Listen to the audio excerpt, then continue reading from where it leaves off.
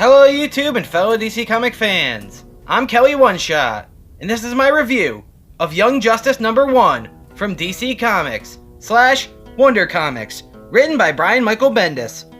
So we start this comic off in Gem World, which I don't actually know too much about, but either way, there's this Earthling who goes up to his Lord and Savior and he tells him that he's finally figured it out. After years of studying, he knows what has happened to them, and then he asks his Savior, he's like, have you ever heard of an Earth crisis? And he mentions that there's 7 Earth crises that have happened, and that they're unnatural events that change the Earth against its natural evolution. So he's mentioning some of the many crises that have happened in DC Comics. They clearly pinpoint 7 particular crises that have happened and changed the world. And then he says that because of these crises, any planet that has any relation to Earth or has touched the Earth in any way, like he's from the Earth himself, so all the planets having touched the Earth during a crisis were affected in similar ways and punished in similar ways as the Earth was due to these unnatural changes. So we then jump to Metropolis, where we see Jenny Hex is pulled over by a police officer. She has something in the back of her truck. She seems to be going to Metropolis looking for Superman, but she kind of looks suspicious for whatever reason. So the officer pulls her out, wondering what's in the back of the truck. She doesn't want to say because she says she doesn't really know. Either way, all of a sudden, this big rift in the sky opens up, and then we see the people from Gem World start invading the planet in a violent, negative type of way, and they say that they're looking for Superman, Earth's champion. They want to go out and find Superman, and that's what they're there for. They start attacking some civilians with like this gem type effect because that's their kind of thing. Their savior's name was Opal or whatever, which is just another gemstone, and there's 12 kingdoms in the world of gemstone. It's something that I don't know too much about in DC Comics lore, but it's there and it exists. So all of a sudden, Jenny Hex is getting attacked and the police officer is getting attacked. Then out of nowhere, my dude Tim Drake jumps into action and she goes, hey, I know you. You're Robin. Not Red Robin. She just says Robin. And if you notice on his chest, he doesn't have the 2 R's like he's had during New 52 and DC Rebirth, like during the Detective Comics run. So he's going down and he's like, hey, I'm here to help and I'm here to save you. And we do know that during DC Rebirth, Tim Drake was pulled out of the timeline by Dr. Oz during the James Tynion Detective Comics run. Then he was also in the prison, ran into a future version of himself who became Batman, and that led to this whole comic series called Titans of Tomorrow, where the future Batman Tim Drake came back in time to try to kill Wonder Woman, Batwoman, to try to fix things from happening that happened negative in his timeline, because he feels that Batwoman is responsible for breaking up the Bat family and killing Batman. Either way, so in that future Batman's timeline, the Tim Drake Batman, he had teammates. He had a Connor Kent Superman, he had a Flash Bart Allen, and a Cassie Sandmark Wonder Woman. And they were the Titans of Tomorrow. That was their team. And that Tim Drake from the future tells the present day New 52 / Rebirth Tim Drake, Robin, he tells him, remember Connor. And we don't have a Connor Kent in our timeline, but it's kind of weird because during the New 52, there was a Connor Kent Superboy, and then all of a sudden he just kind of like disappeared when they started DC Rebirth, because we got the son of the pre-New 52 Superman. We got Jonathan Kent as our Superboy during Rebirth, but in the New 52 we had Kon-El, who was a clone, but he existed and he was on a team with Tim Drake in the New 52. So what Connor is he going to remember? Is he going to remember the New 52 Connor, or is he going to remember the pre-New 52 Connor? Either way, we then see it's 5 minutes before all this attack starts happening. We see Tim Drake, which I gotta say, he's like ultimate 90s pretty boy look here. He kind of looks adorable here with the hair and all that stuff. Either way, he runs into Cassie Sandmark, who is the Wonder Girl, who we haven't seen her as well since the New 52. She was also on that Titans team with Tim Drake and Kon-El, the New 52 Superboy. Either way, Tim seems to like be looking for her almost on purpose. Because at the end of the Detective Comics run, after he was exposed to these alternate timelines and alternate futures, and he realized that the timeline has been manipulated himself, he decided to go with Stephanie Brown, spoiler, and look into these mysteries and learn about these untapped timelines and these memories that were taken away from them, which is the grander DC Rebirth plot line to begin with Dr. Manhattan changing and altering the timeline. You can read about that throughout all of DC Rebirth and in the pages of Doomsday Clock, hopefully. And hopefully that storyline is still ongoing, because it is an overarching plot that has been going on for several years now. Either way, Tim Drake seems to be looking for his former friends, and he doesn't just coincidentally run into Cassie Sandmark.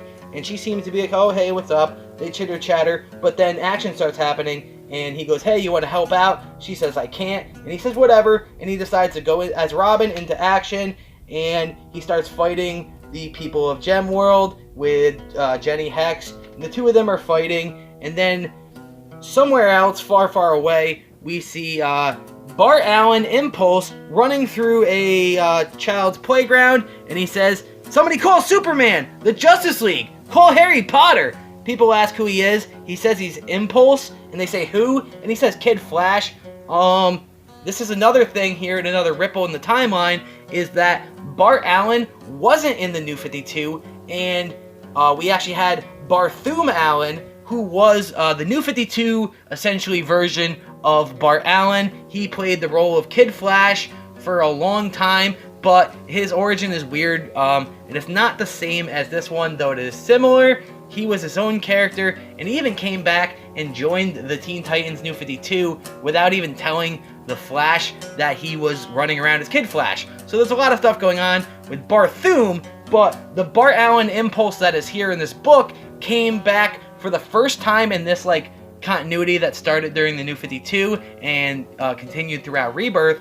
This is the Bart Allen from pre-New 52. So he was Impulse, he was Kid Flash, he was Flash, he was a part of Young Justice, and all that stuff. So he comes running into battle, and he comes to help out fighting with the people of Gemworld, and he seems to be communicating with Tim Drake. So the two of them have already been in contact, which shows you that Tim Drake has been going out and seeking these people, because Impulse came into the timeline at the end of Flash War during DC Rebirth, which was a few months ago, and he came back at the very end of it because the force barriers fell down due to something that Hunter Zolomon, Zoom, did with Barry Allen and Wally West. And at the end of that book, he said, hey, I'm coming for you, Wally.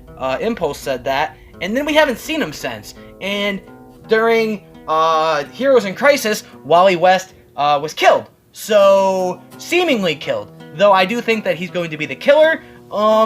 Either way, Impulse came here looking for Wally, and yet we haven't seen him in months, and now he's showing up in this book, and he seems to be in contact with Tim Drake, and they're battling the people of Gemworld. Meanwhile, Jenny Hex and Robin are battling, and Robin even says to her, hey, are you using guns and bullets? Do you have a less deadly way that you can fight? She kind of gets pissed off about that. Then the main antagonist of the Gemworld invaders kind of chokes Robin up. He's the guy who's from Earth, and Cassie Sandmark is nearby. She sees this, and she sees Robin struggling, so she does the whole Wonder Woman pose, and she gets into battle as Wonder Girl. She gets into the fight, though she then falls down soon and gets saved by a very quick and seemingly forced entry new character of Teen Lantern, which is let's see, we got Hal Jordan, we got Guy Gardner, we got John Stewart, Kyle Rayner, Simon Baz, Jessica Cruz.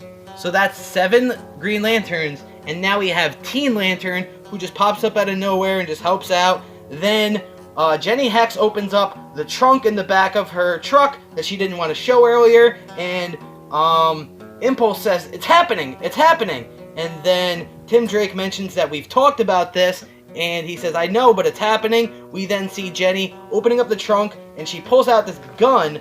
Then we see this fight scene of all of our Young Justice heroes attacking the Gemworld invaders, and then Bart Allen kind of proclaims, Young Justice is back! But it is kind of weird a little bit, because this is a hodgepodge timeline.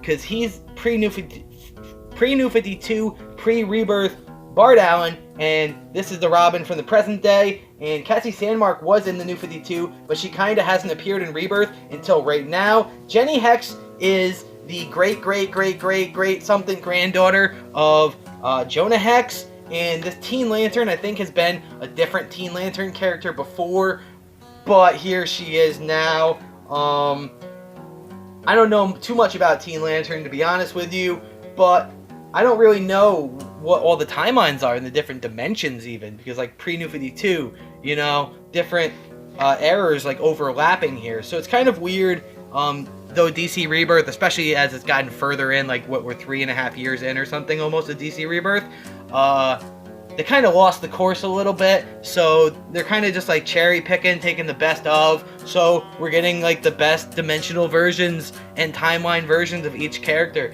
and I'm cool with that. But either way, the Gemworld invaders start leaving, and they say, whatever, we found something that we came for anyway. Superman didn't answer the call.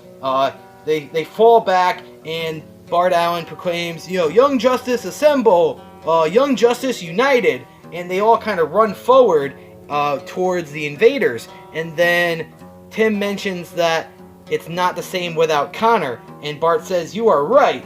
And then we see like lightning strike as the invaders leave, and we see Cassie Sandmark kind of fall down and lightning striking around her. Then all of a sudden we see Tim Drake wake up, and he's being attacked by the other character on the cover who I didn't know, this Princess Amnesty or something like that. She's of one of the 12 kingdoms of Gemworld, and she asks what he is doing here and what's going on. We then see, more interestingly, Impulse wakes up, and he's kind of confused, and he's lost on where he is, but then his eyes get big, and he says, you! And on the last page, we see Connor Kent Superboy, and they seemingly know each other, so that's got to show you that this is not Con-El New 52 Superboy. It's probably the pre-New 52 Superboy, more the one from the 90s, and maybe like slightly early 2000s, and so this would have been the one who matches up with this Bart Allen. Seemingly they're both pre-New 52, which is, like I said, cherry picking the better versions timeline and dimensionally. So I want to know why Connor is here in Gemworld, seemingly, unless Bart went somewhere else. He had to have gone to Gemworld. But why is Connor Kent, pre-New 52 Connor Kent here? What's going on? I hope Bendis explains more. I'm very interested in the book. I like where it's going, and I like the different dimensional timelines things. And when you add Tim Drake, he is one of the big players in the overarching DC Rebirth plot that happened earlier during the first 2 years. I definitely recommend you read James Tynion IV's Detective Comic run for all, like, probably the first 2 years of Rebirth. That was solid as hell. And it has a lot to do with this Tim Drake. Read Flash War, because that's going to bring in Impulse. Like I said, Connor and Cassie haven't appeared really at all, and neither has Jenny or Teen Lantern in DC Rebirth, though different versions of Connor appeared in the New 52, and that could be New 52 Cassie Sandmark, or it could be pre-New 52 Cassie Sandmark. I don't really know, and the next issue is called Wonder Girl's Secret or something, so maybe we find out. So we'll see what version of Cassie that is. Either way, very excited about this book. Like the energy, like the feel, like the characters, so I'm willing to see where it goes, and very looking forward to what's going on. The art style in the book is really good, and it seems to go with everything. It's not too kiddie, it's not too playful, and it is another book that I'm going to keep picking up, and I recommend you do as well, especially if you like these characters.